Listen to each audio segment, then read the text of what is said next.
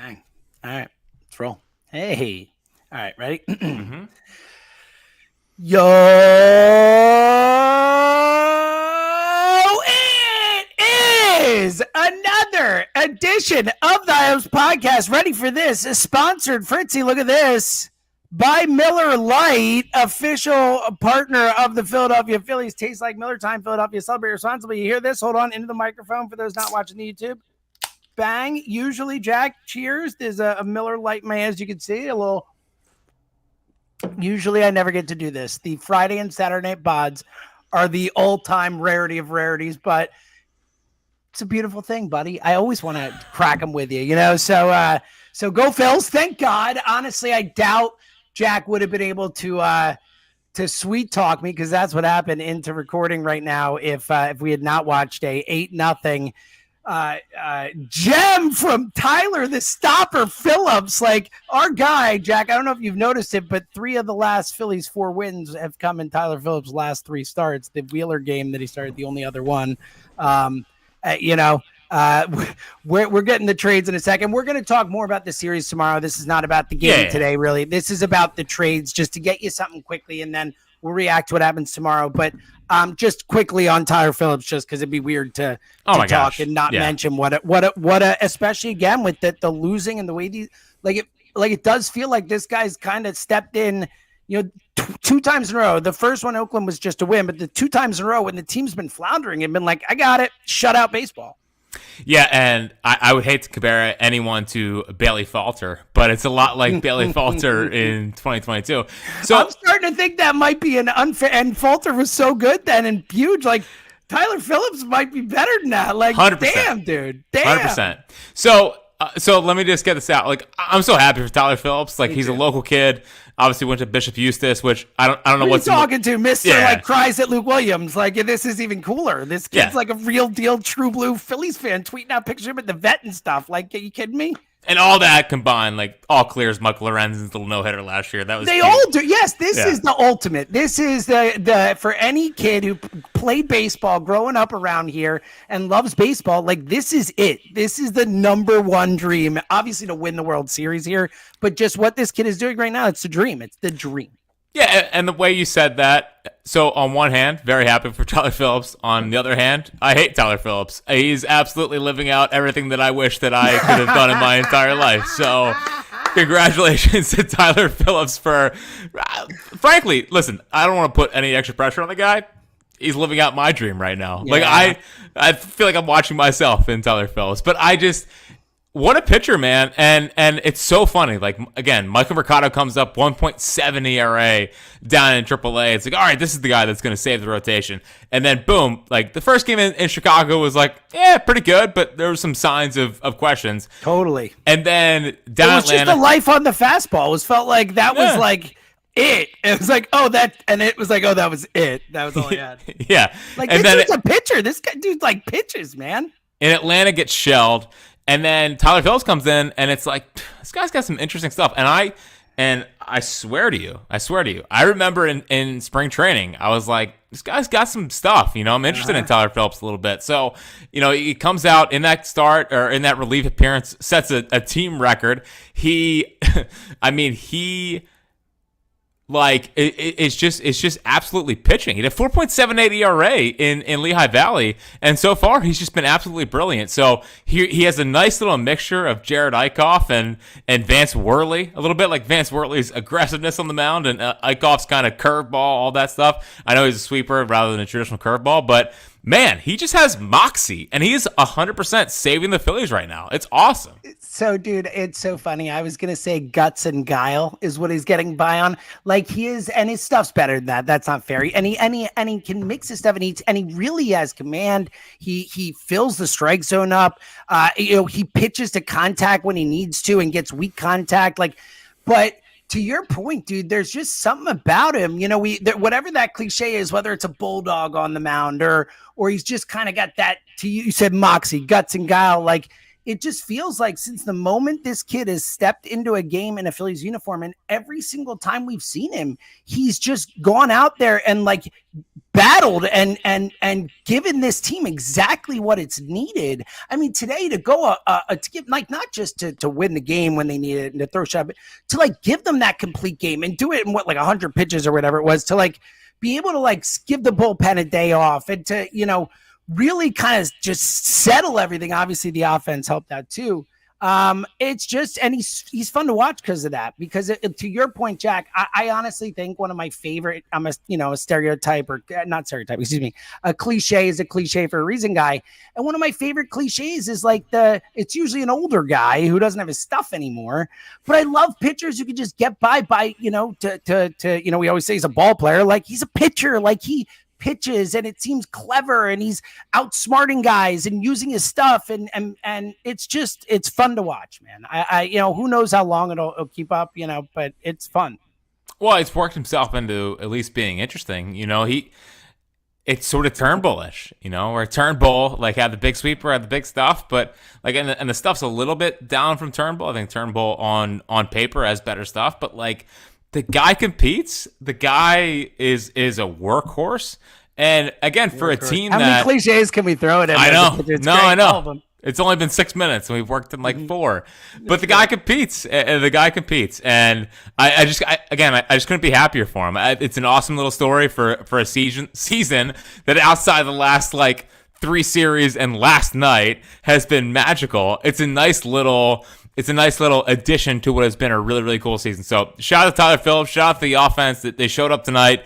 And it was, I said last night on the final out, they needed a laugher. Like this team needed a laugher more than anything in the world, because I feel like last night was the first time where they looked tight. They looked tight. Yeah, I mean, come on. That's the worst defense we've seen them play in maybe like years with an S, like, you know, since, you know, at least that, you know, outside of Schwarber just, you know, being unable to get to things or whatever. Like that was like it felt like no one was locked in on the game. They had the 2 best records of baseball battling at home, and it felt like they weren't at all ready to play. It was so strange. It was not something we've seen from this group this year, that specific game. You know what I mean, Jack? Totally. And I am just very, very happy that Bryce got a home run tonight, because, well, dude, I felt it. Like I honestly, like, you know me, I don't really like bet on baseball day to day. Like I bet on a Harper homer today. Like I thought he was going to homer. I'll send it to you after so you can verify that. What'd I'm you not put, lying. $250 on it? Seems like a $250 bet.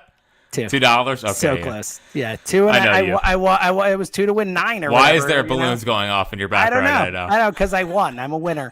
But yeah, I just knew it, and I also thought like if I were going to bet on anything else, I bet on a Schwarber one, because it just felt like this was that type of game, a game where it's like, to your point, you got your stopper on the hill, and it's game where the big hitters with his bad and his struggles, this offense has been like, you got a new dude in the lineup, which we're going to talk about in a sec. Like it felt like it was a day for Harper and Schwarber to show up, and it's like awesome when they do, when you expect it or need it like that.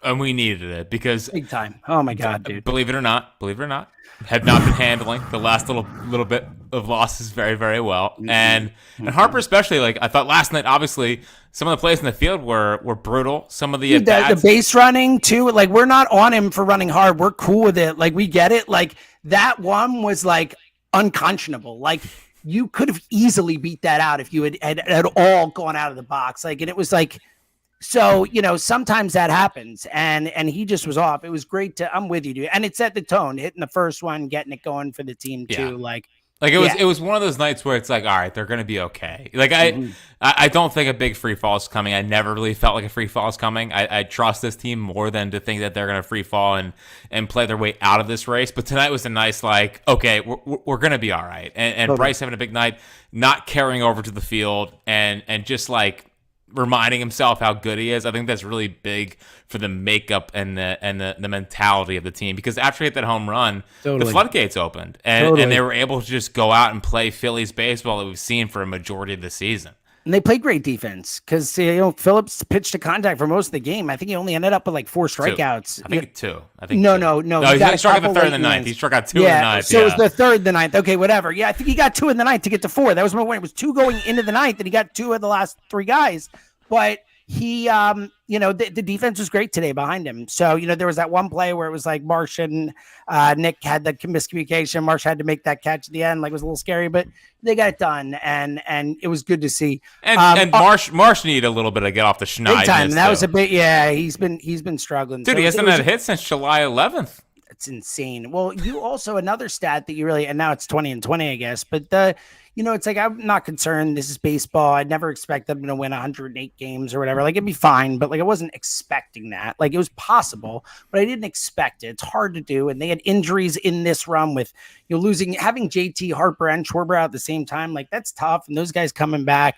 But when you said they were 19-19 since the London game on the last pod, I was like, we don't curse here. I almost said holy bleep, but that's what I felt. I was like, holy bleep, really? Like, wow. Like, I didn't realize it had been that bad, So it does feel like I think we're starting to turn a corner, and I think that the trade's up. It's a good transition. We'll talk more about this series tomorrow. We will have another pod after the game tomorrow, so tune in for that. But I do have Zoe pods. Real quick. Zoe has a birthday party. I'm going to be watching the game at a brewery across the street or whatever, or like not a brewery, a bar across the street. But so I might be home like at 4 instead of whatever. Either way, we'll be there after the game. We'll coordinate. Either way, let's roll. The trades. Let's go in sequential order. I think both kind of strange. We'll start in sequential order so you don't have to cry at the beginning of this. You can cry at the end. But like I've talked myself into it, by the way. Okay, good. All right. Well, let's start with the Austin Hayes trade, which, yes, I think is a value trade, giving up Sir Anthony, where, they don't trust him anymore, where his fans didn't really trust him, no matter how many good stretches he kind of would have. And then a bad one, and getting a guy who Austin Hayes, giving up Pache. I mean, they would have cut him anyway if they brought someone in. Let's be honest. I mean, Austin Hayes, I don't love him. Like, in general, like as a he's fine though. He's fine. The most annoying headline was like ESPN having 2023 All-Star Phillies trade for All-Star Austin Hayes. It's like, all right, like Austin Hayes is a fine player. He's an upgrade. He is kind of what they needed. We've talked a lot about Lane Thomas. Lane Thomas a little better against lefties. Hayes is good against lefties too, but Austin Hayes probably a better or all around as good player as Lane Thomas. Like that type of guy. We had talked about needing it. The price seems fair. It was a name we hadn't talked about, on the field wise. Like, I think it's a fine, unexciting, but solid move that makes them, whatever, 3%, 4% better, 2% better, whatever it is. That's funny because I think he's the next Jason Worth. So seems like we are on. There it is. Two different wavelengths. What did you think when you first heard that they traded for him? So it took me. All right. Let's go through the range of emotions of Jack. Like he's a better player probably than I sold there, but like he's like an eighth hitter in a lineup. He's fine. Maybe a seventh in a. Okay, so here, all right, here we go. Here is taking you through the range of emotions. So yes, this you are though. Like honestly, I'm trying to think of a player they could trade for. He wouldn't talk yourself into it. Like I don't know if there are any. So go ahead. Luis Robert, I would be immediately in on. Obviously, I'm saying I don't think there's any players where you would be out. I'm trying to think of like if they traded for like maybe like I don't know, someone who's retired, then maybe you'd be like, yeah, I don't know. Maybe he's going to come back. Maybe Cabrera has another year in him. Maybe he looked okay at the end there. I don't know. Hey, knows how to play the game. Knows how to play the game. Exactly. He's going to help around the clubhouse. Veteran presence. He's done it. You're talking to by the way, you're talking to a guy who in his perfect offseason is in last year I had Matt Carpenter. So which actually ended up proving to be kind of prophetic in a way. I mean, the dude's had those moments where he has those runs. And look, you had Esteves, which is hilarious. I did have Esteves, which we'll get to. And 2 years ago, I did have Brett Gardner and John Lester. So you're a fan of and you're an old guy man here and there. Well, that's why I do a podcast with you. Just the oldest people that I can find. I'm your Brett Gardner. That's probably the meanest thing I've ever said about myself based on something you said. All right. Let's go. We've already gone so much longer than I told him. I mean, not yet, but we're on pace. Okay, so here's take me through the Austin Hayes range of emotions. So when it first happened, I was like, "Holy bleep!" Because on one hand, I was like, I liked Austin Hayes a couple years ago. I had Austin Hayes in my fantasy team last year. I was a big Austin Hayes guy, and then I was like, dude, they gave up Sir Anthony for him. Like, I thought Sir Anthony was pitching a little bit better. And before we go full in Austin Hayes, like So what Sir Anthony said after the game was awesome. I love Sir Anthony. Sir Anthony saying he wants his team to still win a World Series is amazing. Like, I was just happy in general that he went to a good team. Like, I'm happy that he's still going to get to compete in games that'll matter and all that. Like, it would have sucked if he was traded to like the White Sox or something. I'd have been like, that sucks for him. I like him too much for that fate, you know? Right. So, and, you know, I thought about all of our old bits like Sir Anthony's Nights and all that good stuff. So, like, and the 2022 playoffs, that run, very good. He gave us some great memories and almost got it done. In 2018, Sir Anthony was special. So yeah, well, buddy. And that was a time when we needed that. You know, he really gave us a lot of hope. Like, shout out. I'm with you. So I'm happy for Sir Anthony. I'm glad he's going to a good spot. And this is not a crap on Sir Anthony at all. Like, I love Sir Anthony. So, you know, I was a little bit like, man, you're kind of cutting off your nose to spite your face a little bit. Like, you're giving away another bullpen option to go get a guy. Like, you're upgrading the outfield, sure, but you're also weakening the bullpen. I felt like I always knew they're going to go get a bullpen piece. I would still like one more, but whatever. They got Carlos Estevez. We'll get to that later. So it was really just a shock from the beginning. But here's what I like about it is, and by the way, barring a Luis Robert trade, you know, I think that still could happen. You know, like coming down to the wire, the White Sox decrease their demands, and the Phillies are like, bleep it, let's go. Jack, all we need to know is that all these reports coming out and saying, like, the Phillies are done. They're not getting another outfielder. Oh, this is going to be there. It's like, all right, so anything could happen. We get it. Like, it would be shocking. The Ben Brown rule, as we've discussed. Yeah. Sure. So, but Austin Hayes, from the standpoint of, listen, he's hitting 333 since May. He had fallen out of favor down there in Baltimore. We know that they have a plethora of talent. Guys. It was give us a strength for a weakness and vice versa. So, like, I think there's legitimate upside here. And anytime you can flip a reliever that you weren't totally confident in, barring that you know you were going to get multiple pieces for a bat with some upside, like, I think you take with that. Like, another year of control at a really cheap price, like one more year. I think he's through 26. I believe he's through 26. So okay. So him and Marsh, I believe, are on the same. Either way, even if it's 1 year, I think it's the value is good to give up Sir Anthony for him as a player, even if it's only one more year of control, much less two. What I also loved was the away numbers. You know, his away numbers, he was a 280, 850 OPS guy. And we know that Baltimore pushed their fence back down there, so it was a little bit harder for righties to get going. It was the highest hard hit percentage of his career. So we knew he matched lefties. I do think there's legitimate upside from the right side as well. Like, I think he's more of an everyday guy than a platoon guy. Like, I think the actual platoon, again, barring a trade for Luis Robert, is really more about Rojas and Marsh than it is about Austin Hayes. Like, I think that the Phillies feel like they went out and they got, like, their left fielder for a majority of this run. And it was a name that we weren't talking about. It's a name that came out of nowhere. But the fact that Dombrowski wanted him for 2 years, and given that last year would have costed a boatload to get him, and now you get him at a little bit of a discount, I'm sure. And by the way, like, I'm sure he was pissy down there. Like, he seems like a good teammate. Like, some of the guys down there, you know, I watched like Colton Cowser and some of the guys, and they seemed upset he was gone.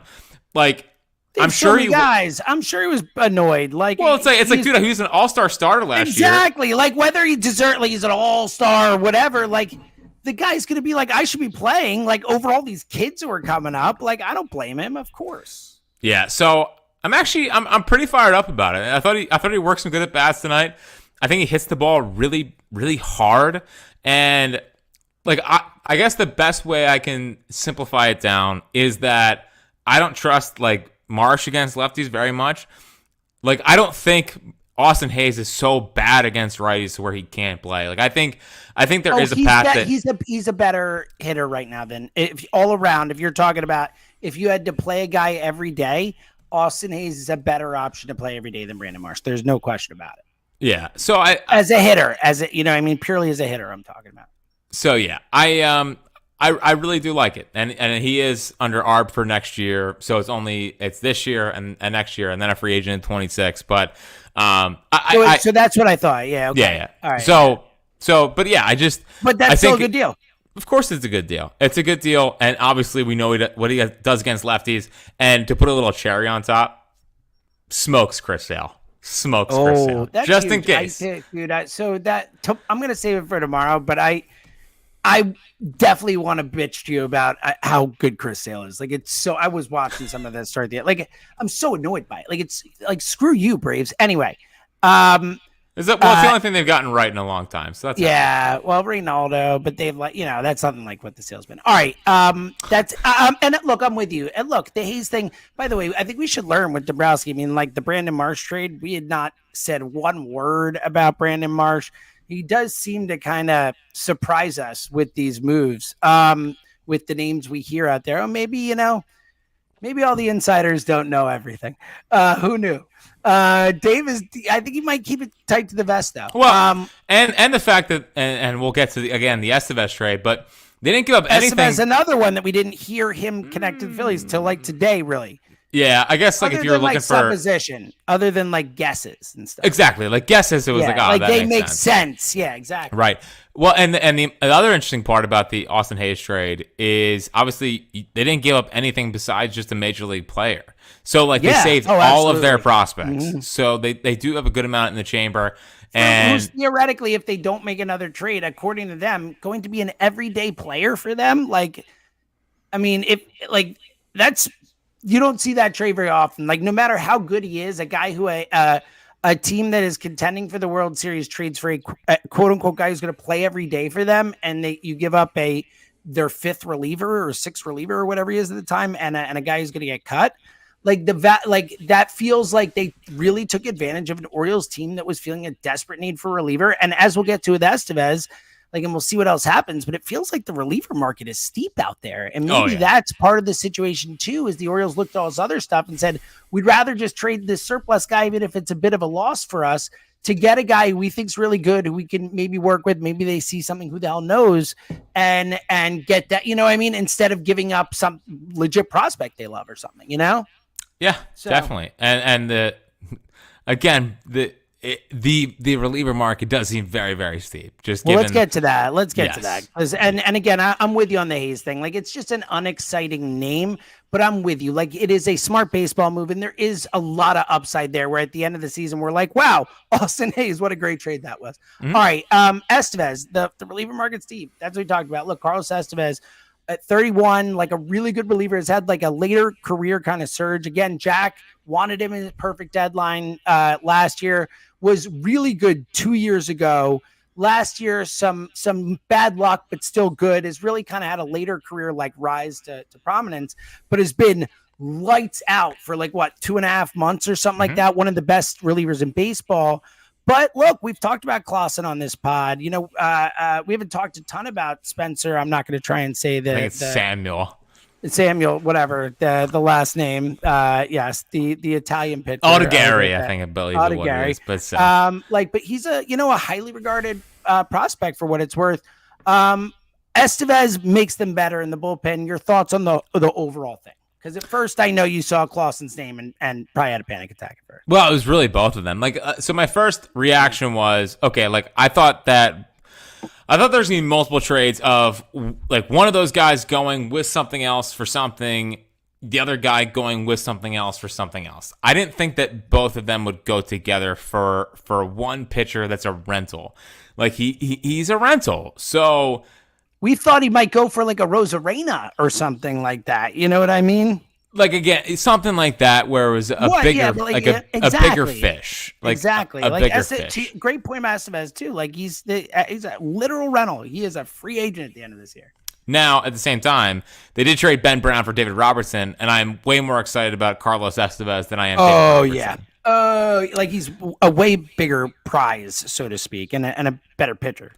And it's not that I don't think they can find another George Clausen. I think they might have found one in the 9th round in Marcus Morgan. And again, we trust them to develop guys, as Clausen is proof of, but at the same time, a long way away. If this time next year they're trading Marcus Morgan, that's going to hurt my soul. So one day at a time. Well, at least we know Brian Barber's there with you, but it's all for the good of the team. He feels the pain too, but we all gotta say it's all about winning the series, boys. That's exactly right. Me and Brian Barber, team guys. Just absolute team guys. Yes. So it felt like an insane price. Like I thought that someone else was going to come back in the deal. The fact that it was just Carlos Estevez was a little disappointing.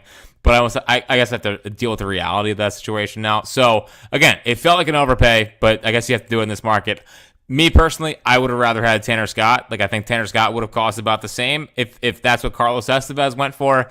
And they chose Carlos Estevez, which I guess I just have to trust Dave Dombrowski. So again, like I hope it works out. Like there's no scenario where I'm like rooting against Carlos Estevez. Obviously, yeah. It's just I would have in a perfect world rather had Tanner Scott and possibly saved one of those guys for another move. But Carlos Estevez is here and numbers are good.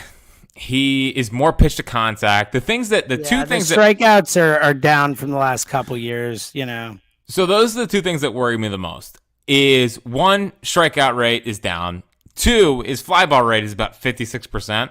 And that's way up for his career. So if you get that at Citizens Bank Park, I don't love that. Obviously, we know CBP. The Angels have a pretty big ballpark too. Right. So those are the two things that worry me. Now, what I like about it is now I will say I took a look at his home road splits and he's been much better on the road this year, and I don't know why, but he's been good everywhere. But he's got like a sub 400 OPS on the road this year. And I think the other thing that is worrying me a little bit is that Johan Rojas took him deep. So that is as concerning as it gets. It's basically him and a position player, right? I think is anyone else? Maybe there's one other. No, he hit one down in Miami this year. I forget who that was off of. Me too. But it's a real big red flag. Let's be honest. But what I do like about it is that I think you can pretty much hand him the ninth and let Hoffman kind of cook 7, 8, 9. Or 7, 8, and kind of rotate a little bit. So Pastrami and Alvarado hopefully is back there. Then all of a sudden you have such a versatile pen, and that's the thing that I like about. And look, I think Tanner Scott's nastier, so to speak. But the thing I like about Esteves is that he's right-handed, and we came into this saying like ideally, especially after trading Sir Anthony, you could get another right-handed guy in addition to Hoffman that isn't super young and was pitching in college, a year and a half ago or 2 years, whatever it is for Kirkring. So it is, I think, bringing in a guy like Esteves, who's, been in the league forever, has had real success closing games and is right-handed. I just think it fits like to the point with Austin Hayes. That's what I was thinking about, where it's like, no matter what you say, like we came in saying, all right, let's get a right-handed bat that we could play in the outfield that is really good against lefties and can potentially play every day if you need him to. You did it. And same thing in the bullpen. We said get a right-handed arm who you don't have to go nuts, but get a right-handed arm. Hopefully, has closed games, but someone who's just a guy we think is a someone we could trust in a playoff game theoretically from the right side. And I think Esteves is that. I agree. Hopefully, we've never seen him in that spot, but theoretically, the profile, you would think he could pitch in that spot. And if you're giving me truth serum, I trust Carlos Estevez more than I would have trusted Brandon Finnegan. Mm-hmm. Like, I think Brandon Finnegan's had a good year. And part of it is because I've seen him blow too many games to the Phillies to where it's like. Me too. Yeah. Estevez was in Colorado and the Angels. It's like we just didn't see him as much. Well, and the good part is he's still touching 98. Like, he's still going to hit 98 up in the zone. You give that to Caleb Cotham and you kind of trust him to kind of work his way. You trust him to get the most out of him. So. He's been really good. He's been really good since May. I think he's allowed like 1 earned run since May. So he's obviously on a good run here. The last few years, like he really has.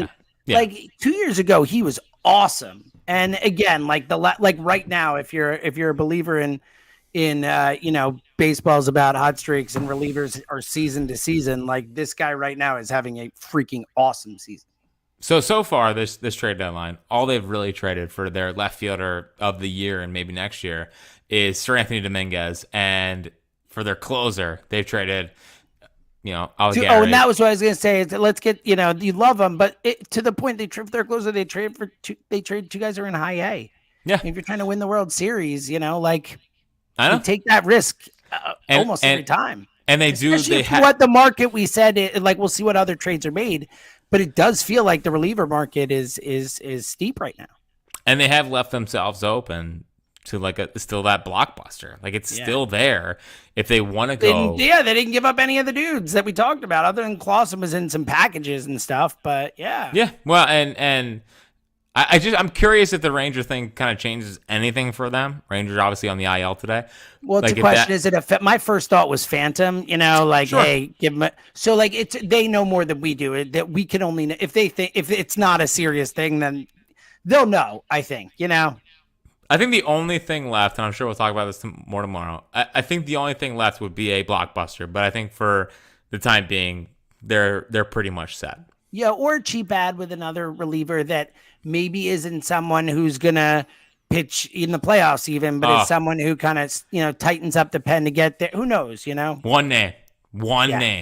Give it to me. Dylan Floro.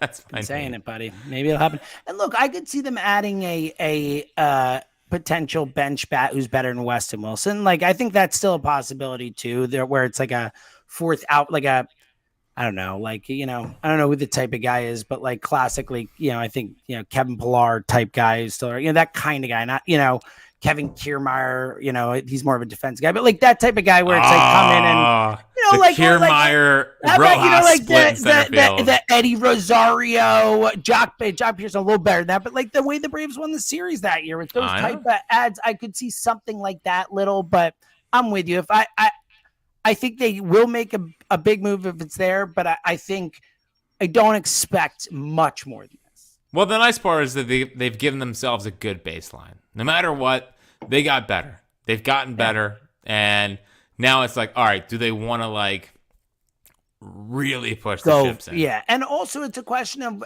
and they'll know better than we do what the market is saying, but like, the Braves and Dodgers, neither of them have cashed their chips in the middle yet either. Like those trades are still out there. Like who knows? Luis Robert might be a White Sox on July 31st, when it's all said and done after the deadline, so deadline, by the way, on the 30th, and then last year was at the first, whatever. Like I'm out on that, man. It's been July 31st, our entire lives, like super, and probably hasn't. I'm sure someone's gonna be like, well, actually in 1988, it was this, it was July 31st. It made sense. It worked.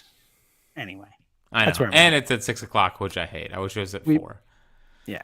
Oh, I know. Super annoying. So yeah, at least it's good for your show, which works out. No, but it's not all right. It's not good for the show because if it was at 4, we could react all the way up to it, and then that's a really good point. If they make a trade at the end, yeah, it's a good point actually. All right, well, thank you. And then on deck starts it.